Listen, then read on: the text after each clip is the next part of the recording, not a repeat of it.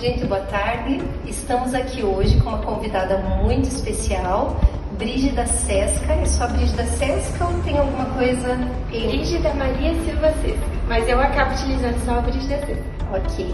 Então a Brígida está aqui hoje por uma razão muito especial. Estamos explorando o mundo do direito e há mais ou menos 8 anos atrás eu tive o privilégio de fazer a orientação profissional da Brígida. Foi um momento muito gostoso, onde a Brígida fez toda uma viagem aí pelas suas características de personalidade, as suas habilidades, os seus interesses, e ela acabou optando por direito. Foi uma batalha dura, né, Brígida? Assim, você ficou entre direito e administração, foi isso? Foi isso mesmo. O que você se lembra desse momento?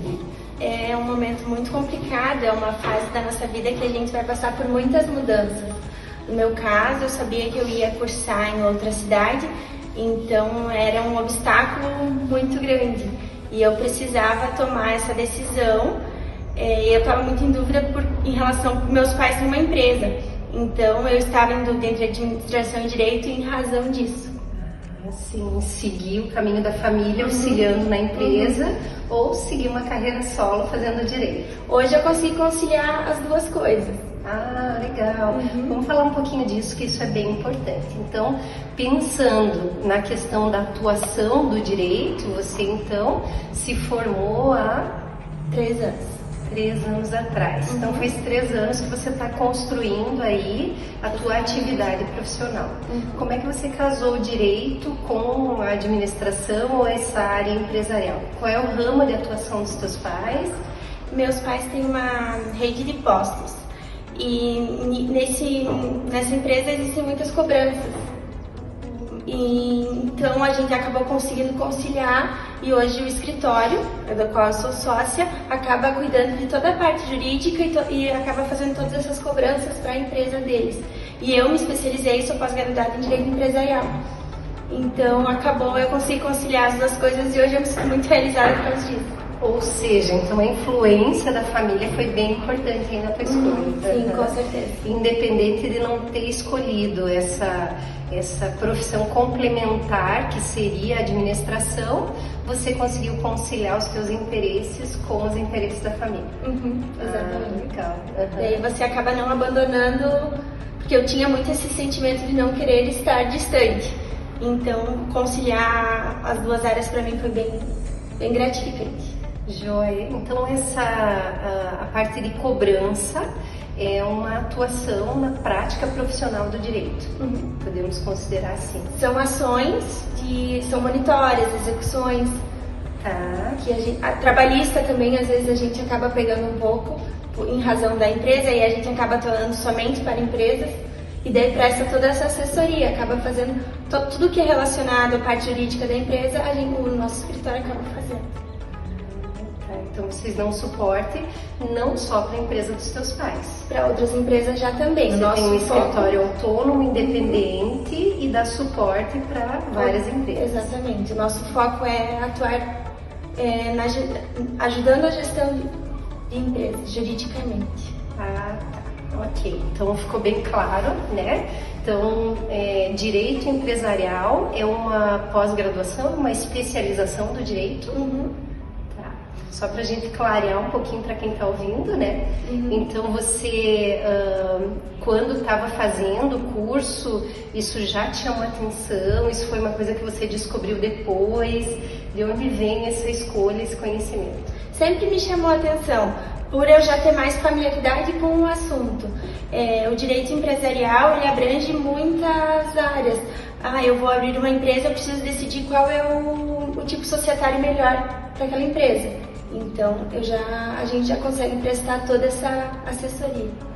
Que interessante. Quando eu fui abrir minha empresa, quem me orientou foi o contador. Onde entra o papel do contador e onde entra o papel do advogado nessa situação de formação de empresa. É bem importante a questão do contrato social. Esses dias a gente estava elaborando um acordo de sócios. Porque os sócios eles tinham muito medo de construir a empresa e algum sócio desistir no meio do caminho e eles acabar perdendo tudo que já foi construído. Então a gente elaborou cláusulas que, por exemplo, existe um tempo para você conquistar todas as cotas da sociedade, o que cada um vai fazer, você consegue estipular nesse acordo de sócios o que cada um faz dentro da empresa. Isso preserva o direito das pessoas que participam da sociedade. Exatamente. Que interessante. Então a gente tem que se prevenir. Já sociedade não é uma coisa fácil, é bem desafiador, né? Você dividir o teu espaço, dividir os teus sonhos, os teus projetos, nem sempre cabe, né?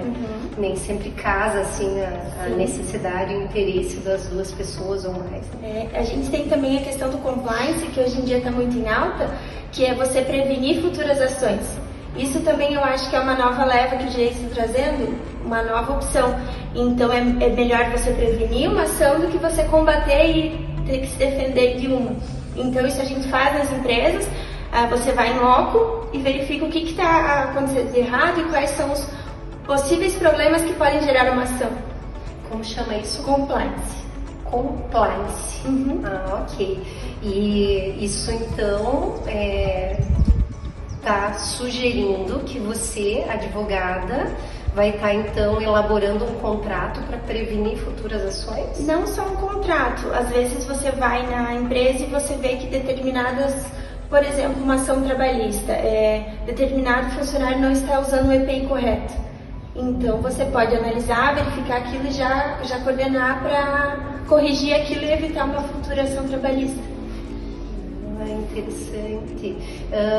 Se a gente pensar em parceria com outras profissões nesse raciocínio, né, de estar prevenindo futuras ações, você acha que o advogado trabalha junto com outras profissões? Porque quando você me falou disso, me lembrei de empresa de segurança do trabalho. Com certeza. Qual é a relação, assim, como é que liga? É bem importante, por exemplo, nós tínhamos uma ação de incapacidade, acidente de trabalho.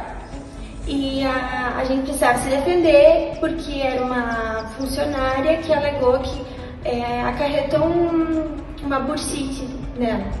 Então a gente, juntamente com a equipe de segurança do trabalho, elaborou um laudo ergonômico para provar que as funções que ela exercia naquela empresa não condiziam com o que ela estava falando no processo. Então a equipe de segurança do trabalho entrou com a parte técnica comprovando que não foi do trabalho. Que não foi do trabalho. E a partir daí a gente conseguiu verificar um monte de erros que estavam presentes ali, que a gente poderia evitar futuras ações, que daí entra o compliance.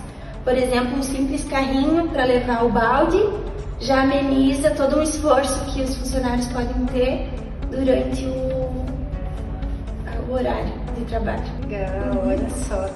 Brígida, você deve ter feito a tua prova da OAB há uns 3 anos atrás, isso? Isso mesmo. Ainda tá fresquinho, lembra do que você passou? É inesquecível. Foi muito difícil? Como é que você se preparou para a prova da OAB? Vamos falar um pouquinho disso. Estudar. Eu acho que a OAB não tem segredo. A gente precisa estudar, pensar muito em escolher a segunda fase, porque a prova se divide em 2 fases. A primeira fase são 80 questões objetivas. E você, se eu não me engano, precisa acertar metade.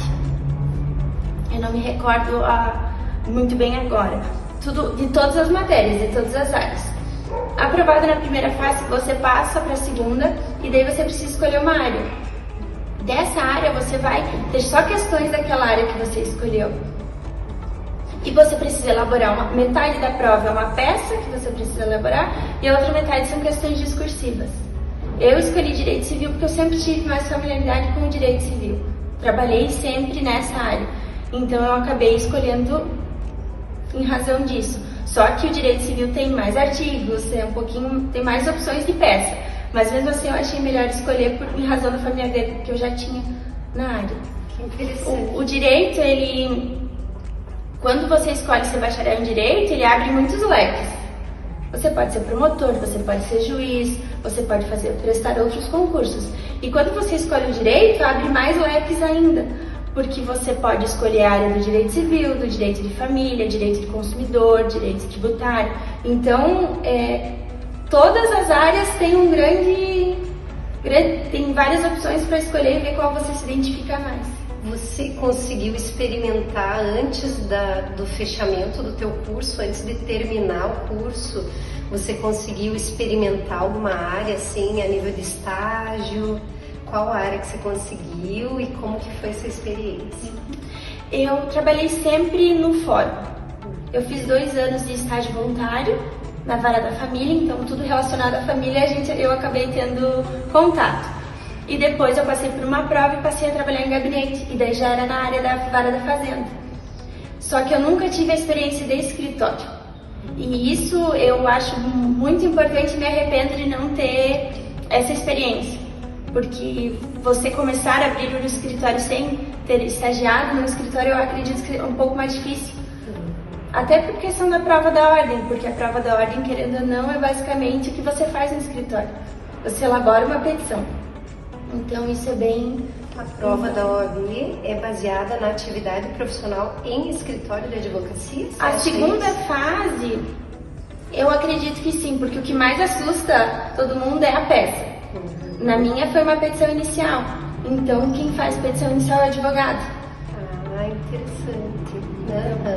Então, na verdade, você não teve experiência na área que você está atuando durante o curso. Não. Você escolheu e depois foi vivenciar a prática, né, dessa área que você escolheu. Gostou, valeu a pena, é por essa área que você vai seguir mesmo, assim, é uma decisão firme, ou você ainda está se sentindo experimentando? É uma decisão firme. No escritório você acaba às vezes pegando um pouquinho de tudo. Então todas as áreas no escritório eu acabei tendo familiaridade. E a partir daí eu consegui me identificar e ver que eu realmente quero seguir nessa... Só que o momento que você mais se sente realizado por ser advogada, no meu caso, é poder resolver conflitos. Porque a principal característica de um operador do direito é ter empatia e sentir a dor do outro e resolver o problema do outro. Então eu acredito que o momento mais gratificante no direito é você poder solucionar alguma injustiça, por exemplo. Isso eu acho bem importante. Sabe que isso é assim o que motiva muitos adolescentes a escolherem o direito, né? Concordo. Ter esse senso de justiça, esse senso de querer consertar o mundo. Você acha que o advogado pode consertar o mundo? Não pode, mas não pode perder essa vontade. Ok. A gente sempre tem que tentar, por menor que seja o problema do outro, não dá pra desistir, não pode pensar, nossa, é muito difícil. Tudo tem solução. Ok.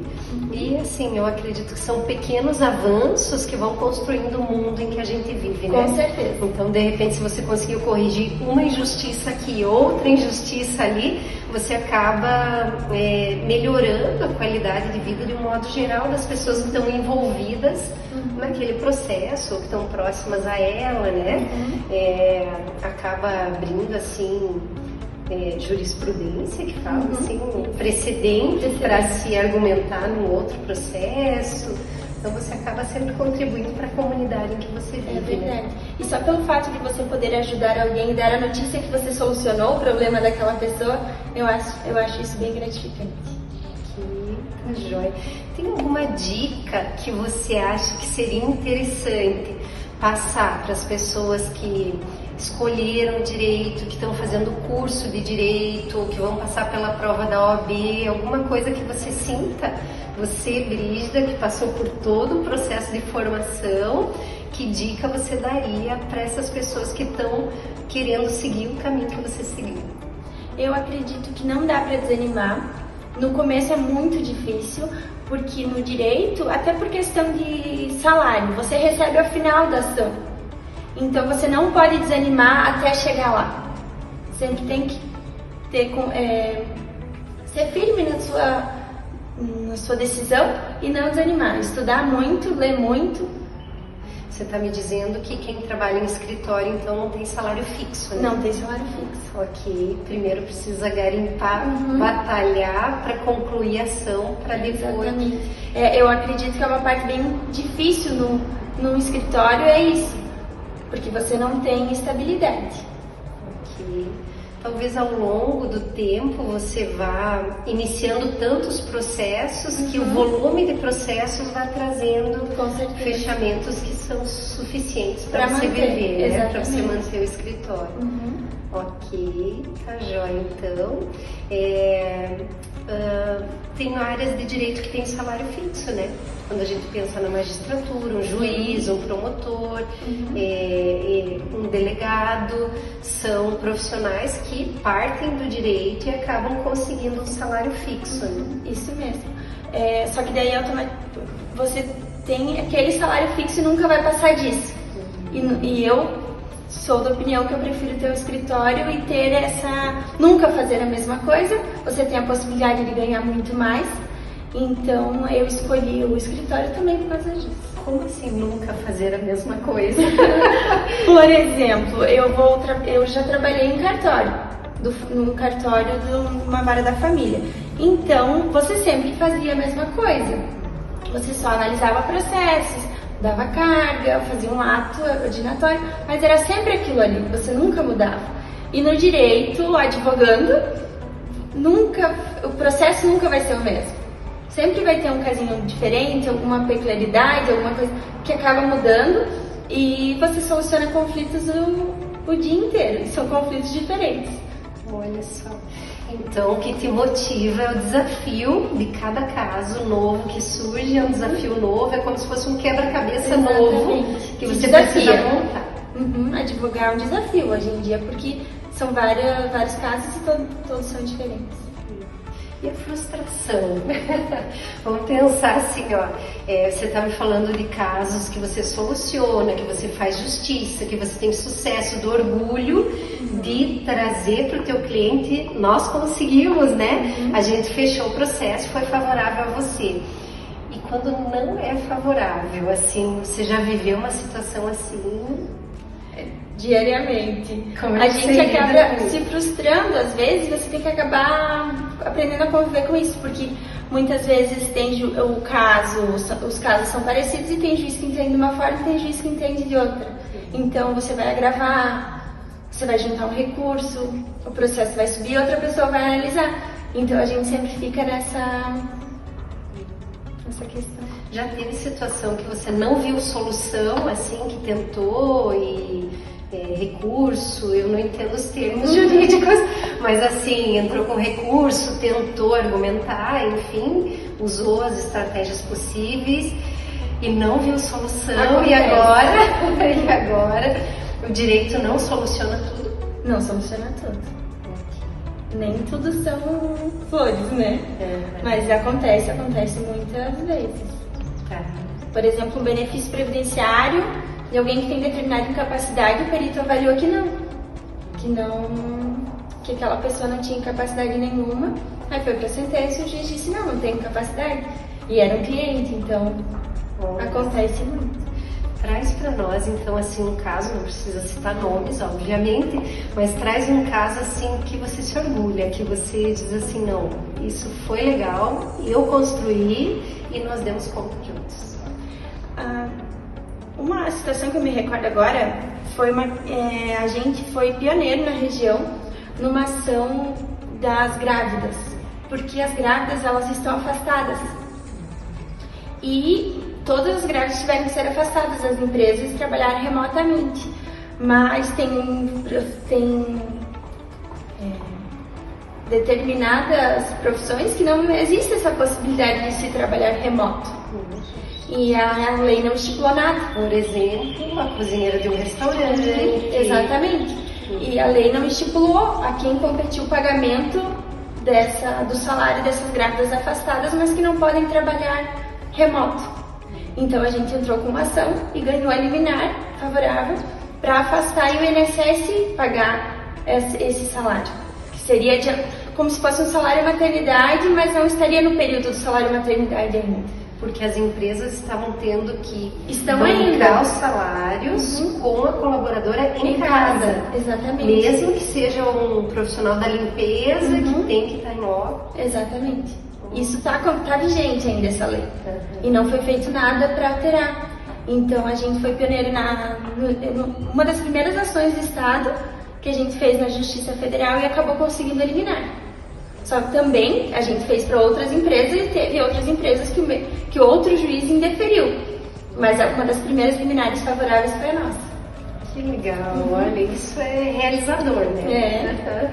O mais importante de ser profissional é realmente assim, chegar nos objetivos a que a gente se propõe e se realizar, né? O resto é consequência, né? O dinheiro é consequência, tudo é consequência. Assim, um bom nome profissional é consequência, o que importa é a gente se realizar e encontrar o nosso caminho. Eu concordo plenamente. Ok, você encontrou o teu caminho, pelo sorriso, né? Legal. Então. Com a ajuda da orientação. Que bom. Que bom, fizemos um caminho juntas e eu sou realizada de te ver realizada com a tua profissão. Nosso objetivo era esse, então. Trouxemos mais algumas informações sobre o direito. Eu só tenho a agradecer, principalmente pelo convite e pela orientação. E qualquer dúvida eu sempre vou estar à disposição. Se algum aluno precisar, alguma questão, pode contar comigo. Legal, eu vou colocar os teus dados ali na descrição do vídeo, vou colocar os teus dados ali, aí você pode estar conversando com as pessoas que têm interesse. Isso, se alguém quiser conhecer o escritório, ver como funciona a rotina do advogado, também o escritório está de portas abertas. Até uma coisa bem interessante que você trouxe, assim, ó, que pena que eu não tive experiência. Exatamente. Durante o curso. Eu vou te dizer que a gente agencia muitas pessoas para estar trabalhando, profissionais que estão estudando direito, mas é raro abrir espaço para a gente colocar esses profissionais, esses estudantes de direito dentro dos escritórios. A gente vê muito espaço no fórum, na delegacia, nessas instituições, mas assim, na iniciativa privada é raro aparecer, aparece mais a título de secretariado, né? E às vezes estudantes de direito acabam assumindo essa função de secretários, né? E a partir daí eles acabam realmente assim criando vínculos, network aí e construindo já uma base, uma alavancada na sua profissão. Mas raramente eu vejo como estágio. A gente está com uma vaga em aberto agora de estágio no escritório, inclusive. Joia, então fala aí para eles. Nós estamos com uma vaga, porque nós no escritório a gente já sabe como que é estar do outro lado, né?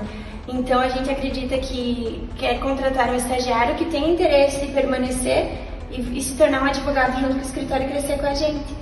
Então não é uma simples secretária que a gente procura, é alguém que a gente vai poder ensinar e vai começar a fazer peças, vai fazer além do que uma secretária faria. Que legal, olha só, então quem tiver interesse, né, em estagiar, você que é estudante de direito, procura então o escritório da Brígida ou até a própria Arroba Empregos, que a gente vai estar juntos aí auxiliando e direcionando esses currículos de quem tiver interesse, tá? Legal, então vamos encerrar por aqui, obrigado, até a próxima.